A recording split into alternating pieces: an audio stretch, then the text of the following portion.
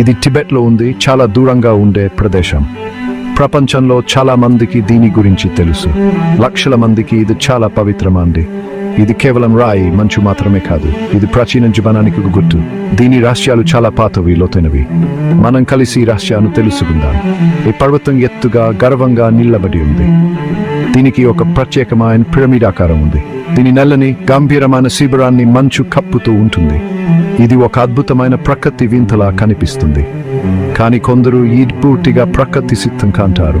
దీన్ని ఎవరో ఆకారం ఇచ్చారని నమ్ముతారు, లేదా ఎవరో తెలియని వాల్బులు కట్టారని కూడా అనుకుంటారు. ఈ ఆలోచనలు దీని ఆకర్షణను ఇంకా పెంచుతాయి. ఎన్నో శతాబ్దాలుగా కైలాసం యాత్రికును ఆకర్షిస్తుంది. వారు వేర్వేరు ప్రాంతాల నుండి, మతాల నుండి వస్తారు.